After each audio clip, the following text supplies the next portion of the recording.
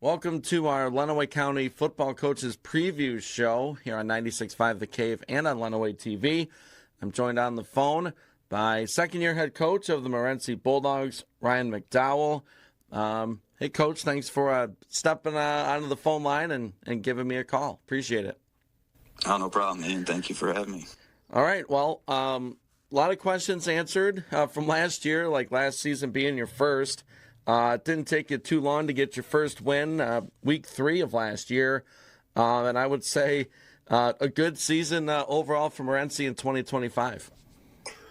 Yeah, kind of went into the season with not a ton of expectations other than try to keep the kids out and working hard. And I thought for the most part we did that. Had a few hiccups here and there, but like you said, we were able to get a win in week 3. Got another win in week 4, and then kind of hit our tough part of the schedule with the league opponents in Concord and BD and LCS. And didn't really perform the way we wanted to, but then I thought towards the end of the season we had kind of gotten back on schedule. Had a couple kids come back from injury about the 5th game, and then we kind of started rolling from there.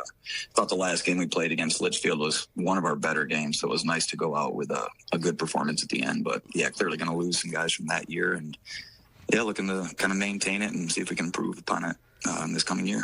Yeah, in first year, right, it's about wins are nice, but kind of setting a foundation for a program that hopefully you can build on in year 2. So would you say that was more of a success for you than a failure last year?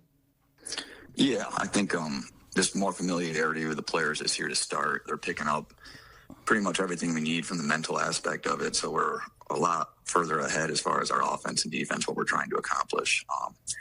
But yeah, the foundation was built. We understand that it's a year-round thing. Football's not like a 3-month thing, show up in August. So we got to get the young guys bought into that, which I think the sophomore group we have right now that it's their second year, they kind of know the expectations. And yeah, so we're going to be young again. The numbers are going to be light again.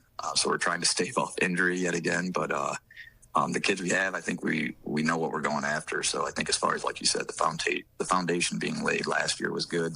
And the expectation is there. And yeah, hopefully the wins come, but ultimately you just want the kids working hard. And a lot of that is going to be the wins and losses. A lot of it comes down to your opponents and who's on the schedule. So some of that's out of your control, and you just got to play hard regardless.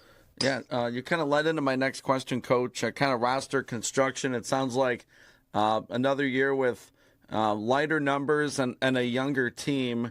That's not necessarily a bad thing, but you'd like a bigger team and an older team, but you kind of made it work last year. I guess young, but maybe some of those sophomores have more experience than other sophomores at other schools. Yeah, as they tend to do, they're a year older. So yeah, we had a couple freshmen last year that definitely had to get a couple minutes of experience. One of those kids was Mason Cleveland. He was a freshman last year, and he kind of got put into a spot of like having to be a starting defensive back and a starting running back after some injuries. But he stepped up. He got better and better as the year went on. And now he looks, like kind of a varsity player, even as a sophomore. So I think he's taken a step forward. And some other sophomores that didn't play as much last year have really kind of taken that step from freshman to sophomore year. And you can see the physicality kind of come. A couple of them got a couple inches taller, a little bit of pounds put on them. So in that regard, the younger guys that got experience last year are going to get even more this year. Obviously, Talon Cruz was kind of our horse last year. We gave him the ball quite a bit. He was a majority of our offensive production after Skylar Trent and Drew Jocken got hurt. But both those guys are healthy, looking good now. So that's a junior-senior combo there in our backfield between Jockins and Trent. So those are the 2 experienced guys we're looking for. And then at the line, again, we lost a lot of seniors, but the guys that are coming back, Jack Riley is a senior. I think he's been doing a lot of good work in the offseason. And I knew him a little bit as a freshman when I was kind of volunteering and helping. And where he is now as a senior, I never would have thought. So just really proud of the work he's put in, his attitude. He's become a real leader on the team. So, yeah, there's some young guys, but they knew the expectations that we wanted. And like I said, now that they know me and my assistant coach, my brother Brett, who's been around the program for a while, that familiarity is there. We're able to kind of get after them a little bit more without the worry of like them getting too mad. They understand why we're doing it. So in that regard, the relationships have been good with the kids. And like I said, they've been working hard. A couple of them have stepped up. So it's been fun to watch. Talking Morenci football with second-year coach Ryan McDowell.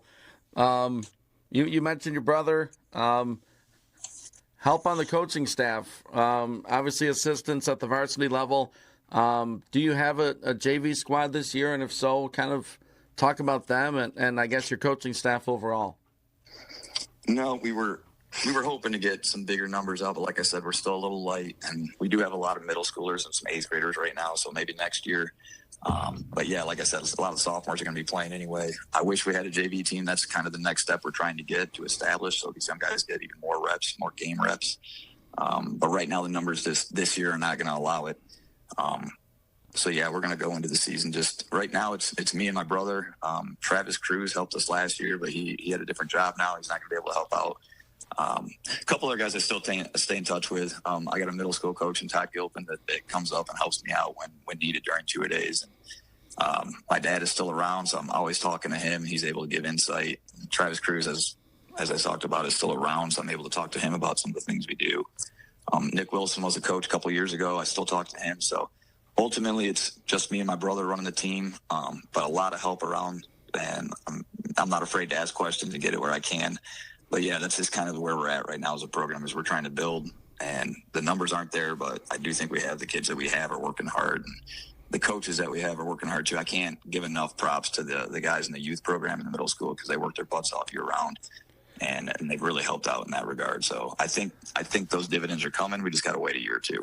Yeah, and I know you get the title of head football coach, but in a way you're CEO of that football program, right? I mean, it's down to middle school and youth, and that's how, look, I mean, here in Adrian, where I am right now, that this was a team struggling to get numbers, and then we, the youth program kind of kicked back in, and, now, Maple's numbers are probably the best they've been in some time, and hopefully Morenci can get to that point and just get kids out to play football. I know that the school is smaller, but recruit those hallways, Coach. Yeah, absolutely. It's worth doing. It's a great sport. I think it teaches great lessons. And every time I hear like a school maybe not having a season, or they had to drop football that year, it just kind of, a little bit breaks your heart, because I think it is a really good sport. It teaches the kids to be tough-minded, both, and their body too. They got to get physical with it, and just a lot of good lessons that come from it. So that's what we try to do. Yeah, like you said, over at Adrian, I know they're kind of rolling now. Al Boydston was here for a little bit and helped out. So I talked to him last year too, and he's over there helping out. So it's a good community. There's a lot of good football coaches and a lot of guys that want to promote the sport in this county. So I think it's in that regard, it's fun to be a part of. So looking ahead to 2026, we got a couple weeks, only a couple weeks till the season starts. 5 home games on the schedule. A couple of key road games, though, conference matchups with your in-county schools. Lenawee Christian and Britton-Deerfield. Obviously, those games are circled. Those two have kind of been the standard for 8-player around this area for a little while here. But kind of a look at the schedule overall, Coach. Yeah, well, we'll start off with a new opponent in Bellevue. They'll come to Morenci to start our home opener, so don't know really what to expect there. Haven't watched them at all this year. Obviously, we got a little bit of film from last year, but that's what we'll open up with, and we'll travel to Mendon, and they're a pretty solid team, playoff team last year. So that's kind of what we know what they've got, and that's kind of our ruler game early on to see where we're at, I think. And that's a road game. And then on the rest of our schedule, like you said, 2 road games in conference against LCS and BD, who are obviously the best guys in our division. And then, Athens doesn't look like they're going to field a team this year, so we're kind of looking for a week 3 opponent at the moment. So we have a couple possibilities. We're hoping to fill it in. I'd hate to lose a game, but that was they didn't have enough guys show up for their team. So like we were talking about before, numbers-wise, that was one that was on our schedule, and obviously it affects some other people on our schedule too that had them on there. So hoping to fill that game, and then once we get going, LCS, BD, Concord, those are 3 that, the division is what our goal is every year. So hopefully we can crack a victory there. Didn't get it done last year, so we'll try it again this year. Host Concord, and then travel to LCS and BD, so we're looking forward to those. You do want to get the full 9 and hopefully 10 plus if you get in the playoffs.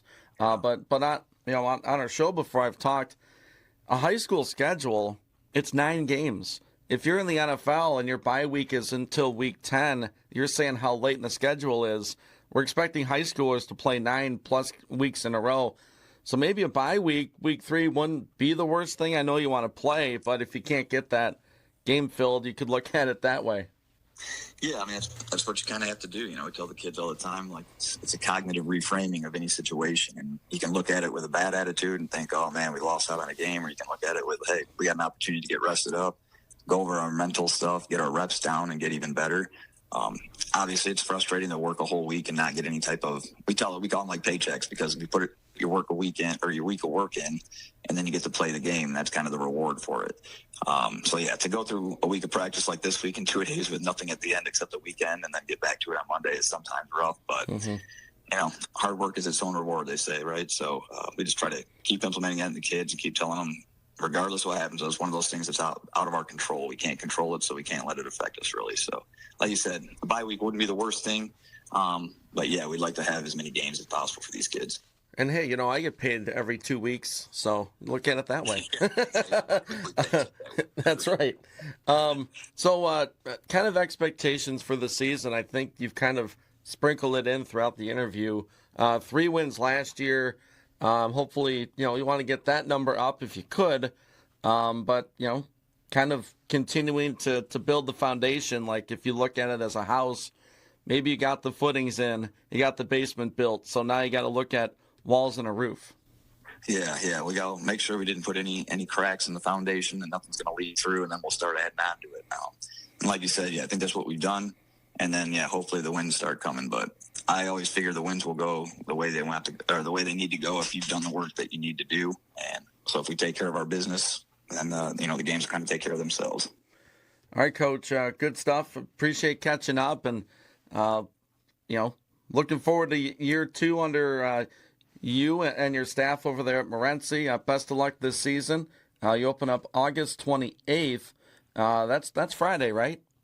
Yep, we got the first game on Friday, and then the following week will be the Thursday game before Labor Day there. So, all right, Coach. Thanks so much. Hey, I appreciate it, Ian. Thank you. And again, that was Ryan McDowell, the head coach of the Morenci Bulldogs.